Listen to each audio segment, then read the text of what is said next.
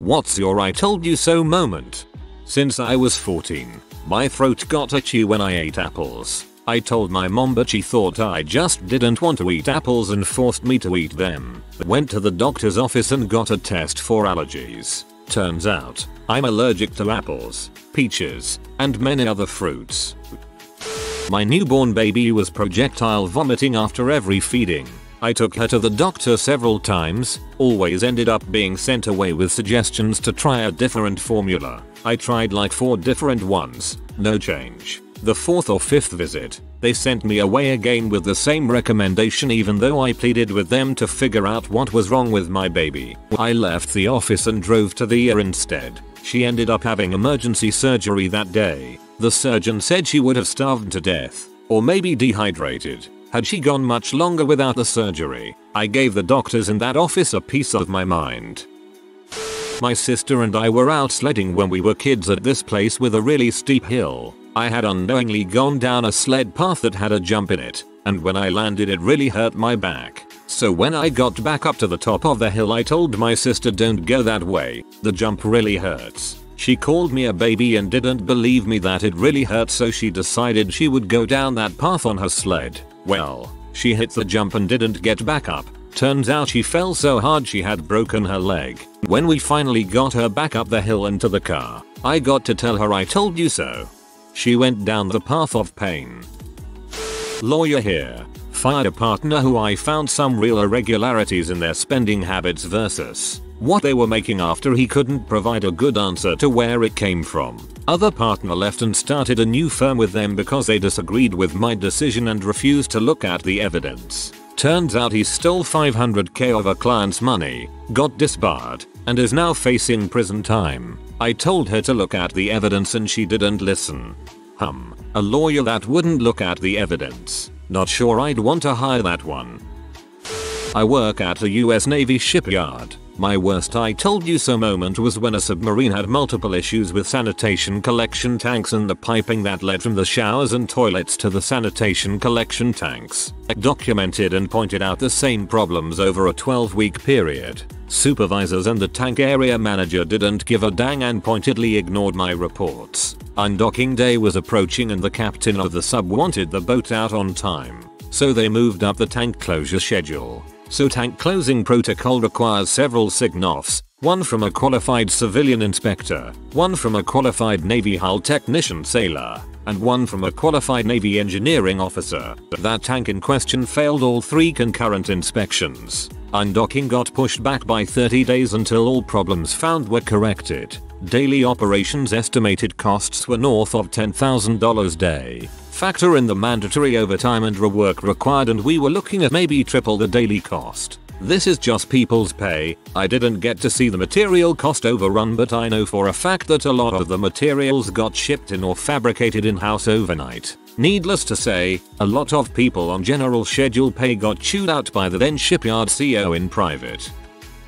Anytime I'm asked to give an expected time to deliver on a project, give an honest assessment, and then told that estimate seems too large and the bosses give a much shorter time frame, my original estimation is nearly always the more accurate of the two. Why ask questions you don't want to know the answer to anyway? So they can blame you when things go wrong, even though it's their fault. Their egos can't handle the fact that they don't know what they're talking about, so instead of learning from their mistakes, it's much easier to label you a troublemaker, uncooperative, or not a team player. Was picking beans with my sister and mom. To this day I still don't know why the fence was electric, but it was. I touched it and I got zapped. It wasn't too bad but it hurt. I jumped away and my sister saw me. I said that it was an electric fence. Of course she just thought I was pranking her. I was trying to tell her the whole time we picked beans but she didn't believe me. Right at the end she touched the fence and she didn't see it coming at all. Her face was just like, oh, she loved the car ride home. I told you, idiot. It's so the beans don't run off. My best friend started dating my ex-wife 10 years after the divorce and he checked if it'd take issue even though he didn't need to. Anyway, when we divorced it was because she was cheating on me while I was in Afghanistan. He goes out of state for work and told me she started acting off, not answering calls, quick to hang up, starting fights when he's home or going to parties rather than spend time with him. I pointed out this is what she did to me almost exactly and stated that if he confronts her on her crap she will probably without provocation accuse him of cheating, and more to the point most likely because she is actively cheating. Q 30-minute monologue of how she's grown up and she's not that person now, she's just used to not having to answer to others or having a real relationship in year. 3 hours later he calls because he went to pick up some weed and there she is blowing the cellar. Had a weirdly dark freckle, the color of chocolate. I showed spouse and he called me a hypochondriac, and if I go to a doctor, I'd be wasting their time. I went to the dermatologist. It was melanoma. I have a dark weird one too that I've been wanting to get checked out for years. I wish I had medical insurance. In high school I was at a party where everyone was getting drunk. I had come with 2 friends and near the end of the night this one guy there was losing everyone into his van to get late night food. He swore he was not drunk and there were so many people in his car, including the 2 people I came with. It was not a battle I was going to win, but it seemed like an obviously dumb situation. Bunch of underage kids packed into a van driving around in the suburbs at 1 o'clock in the morning. I told my friends that this wasn't a good idea and they need to get out of the van and come back gone with me. My house was within walking distance. They acted like I was a party pooper for a sec, but then they got out. Next day I find out the guy driving ran a red light and got T-boned by a truck. The one kid in the back almost died and everyone got banged up. The friends I pulled out of the van were in the backseat along with him. Not saying I saved their lives, but I really may have saved their lives. Good on you. It's tough to stand up to a drunk crowd like that. My partner and I were broke and struggling to make ends meet, but we always kept money in the budget for fun or takeout nights. One night we decided to get fish and chips. My partner had never ordered from that particular place before, but it was my favorite so he knew it'd be good. We don't have a lot of money to spare, so I know we had to order smart. We'll only order what we need. We start driving and I'm about to call, and my partner tells me he wants to order $10 worth of chips. For those of you who don't know how much that is, a scoop of chips is usually about $2 to $3. I tried to tell him that it was a ridiculous order and that this particular fish and chip shop was very generous with their portions, which is why it was one of my favorites. He was adamant about $10 chips and that he was so hungry that it's not like any would be wasted. We had a mini argument in the car and I finally gave up and said, "Fine, order your chips but you had better eat them all." We get to the fish and chip shop and we go to the counter to pay, and the old fellow who runs the shop comes over to serve us. We tell him what order we're here to collect. "That order is yours," he goes. I start to shake my head and smile. "Yes," my partner replies. "And it's just for you too?" the old man asks, looking concerned. "Ah, yes." At this point I start laughing. I tried to tell him. We both laugh and my partner realizes his mistake when the old guy pulls out 2 huge parcels of chips. One of those alone would have fed a full family. We all laughed our little hearts out, thanked the man, and went home to eat our fish and chips. And no, he didn't eat them all. We didn't even get through the first parcel. Now whenever we need the other person to trust our judgment on something, we say, $10 chips, and the other person will always relent. It still cracks me up every time I think about his face when the old man gave us our order. I once owned a dog who was very stubborn and independent. She lived a feral life in the mountains as a young pup, and I feel like that played a role. She felt more like a roommate than a pet. She was having heart trouble when she got older, so she had to get a chest scan at the vet. These 2 men came out to get her, so I gave them a heads up that she would absolutely dislike being flipped on her back and held there for the scan. Flipping a dog on its back is putting it in a pretty submissive position. One of the guys interrupted me and basically said they were professionals and I had to just let them work. They snapped a muzzle on her and took her to the back. A few seconds pass, then I hear a crash and a few yells. One of the guys who took her comes out and sheepishly asks for my help. It turns out as soon as they flipped her on her back she kicked out of their arms, unclipped her muzzle, removed it with her front paws, then made a mad dash for freedom. I caught her roaming around the back of the vet's office and she was perfectly well behaved while I held her for the scan. I felt bad for 2 guys she escaped from, but I had tried to warn them.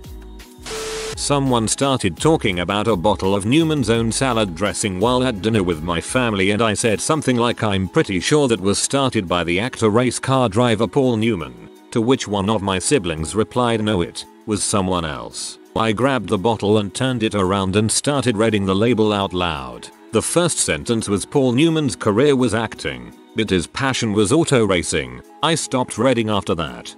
LOL. His face is on the bottle.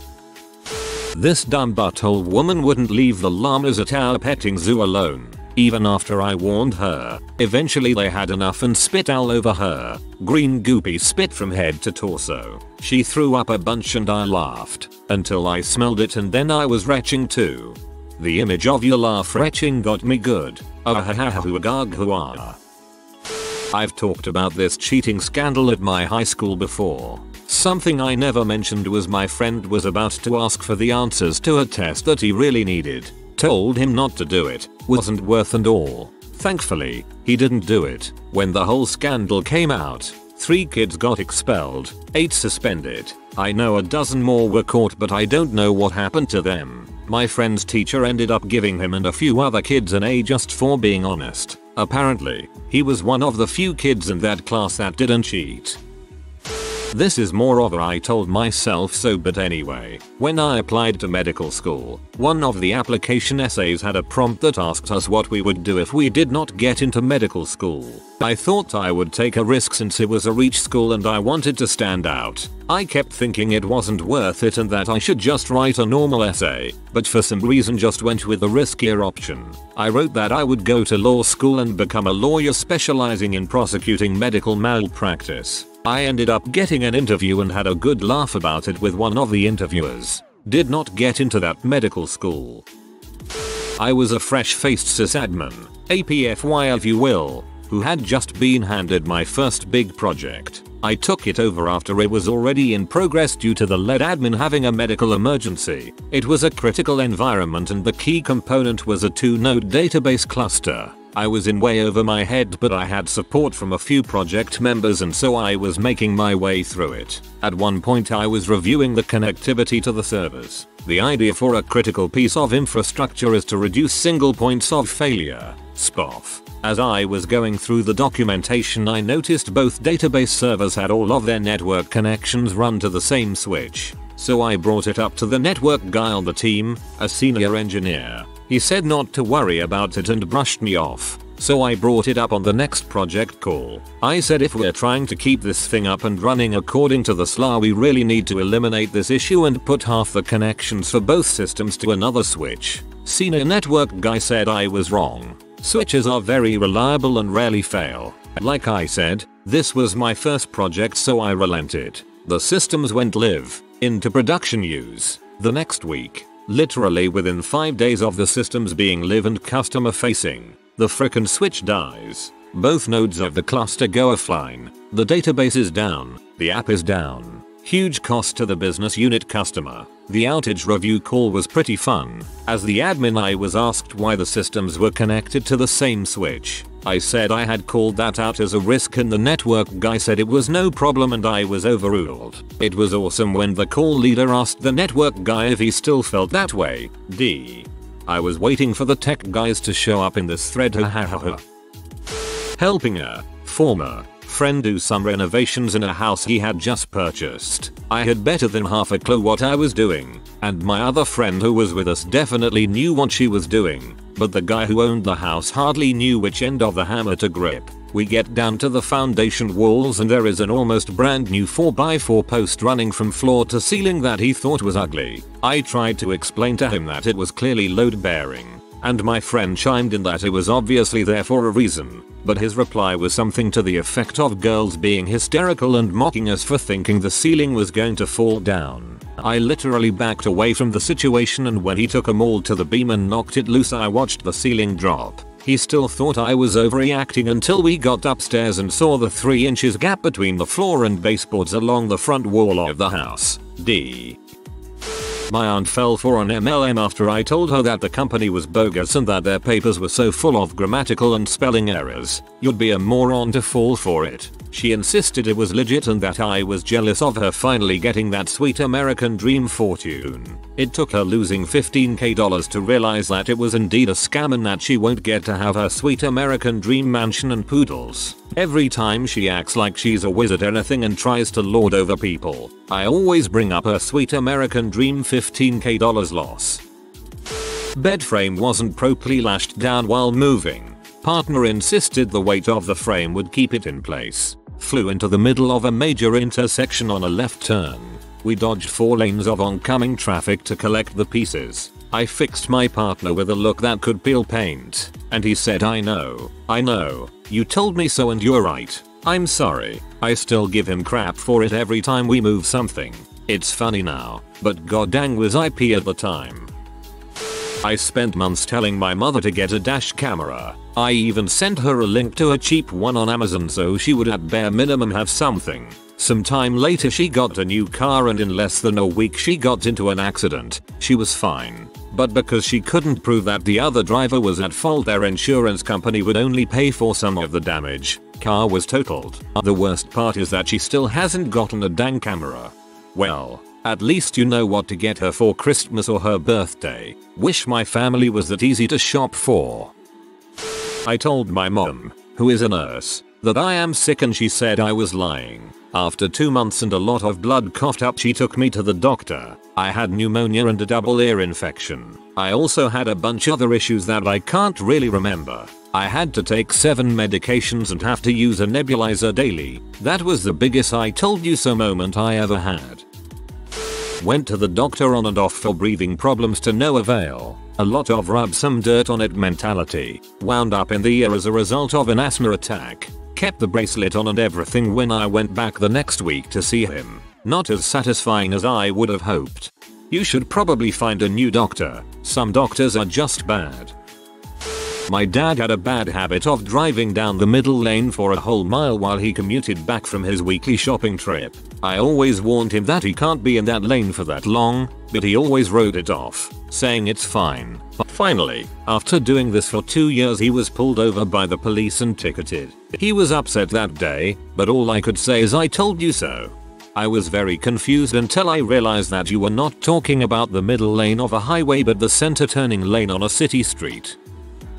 My brother had a really bad habit of putting his wallet in the back pocket of his pants and going to work and busy places all around the city. You could practically see it sticking out of the pocket. I warned him many times over the years that he's inviting himself to be robbed, that a skilled thief is gonna swipe it off easy without him having any clue. He ignored me, saying he was too mindful to let that happen.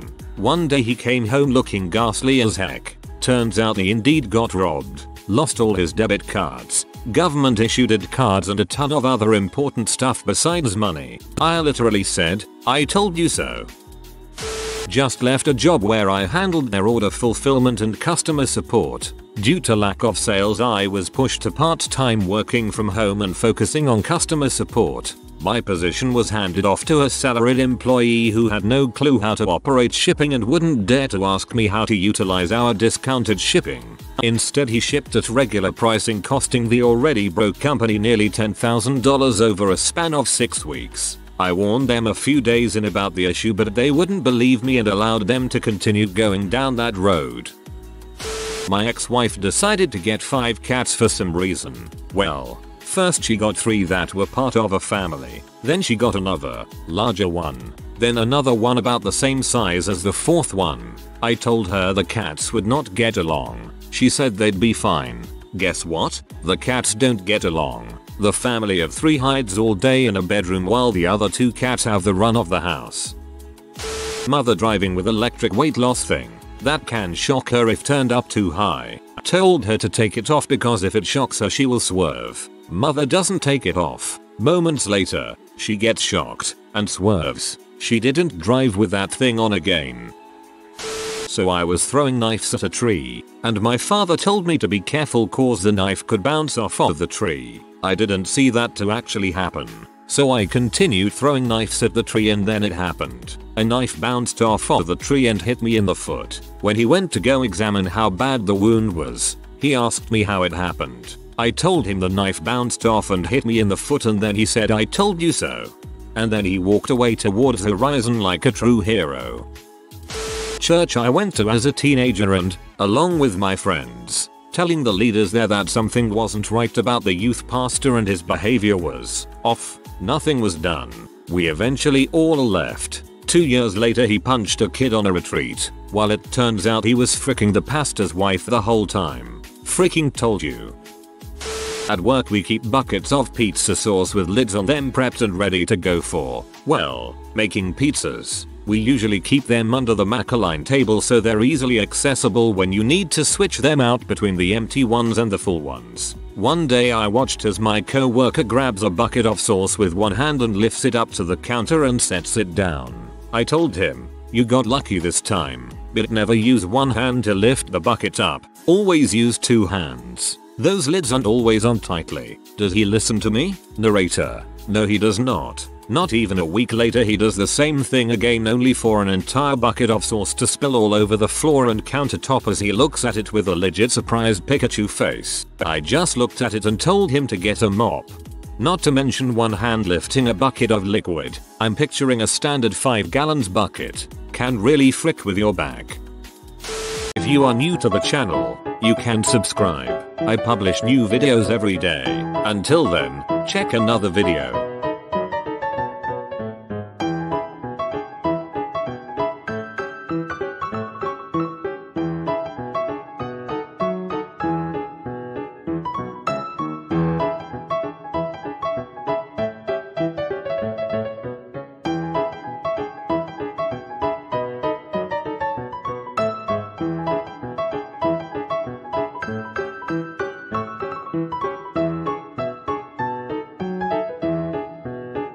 Bye for now.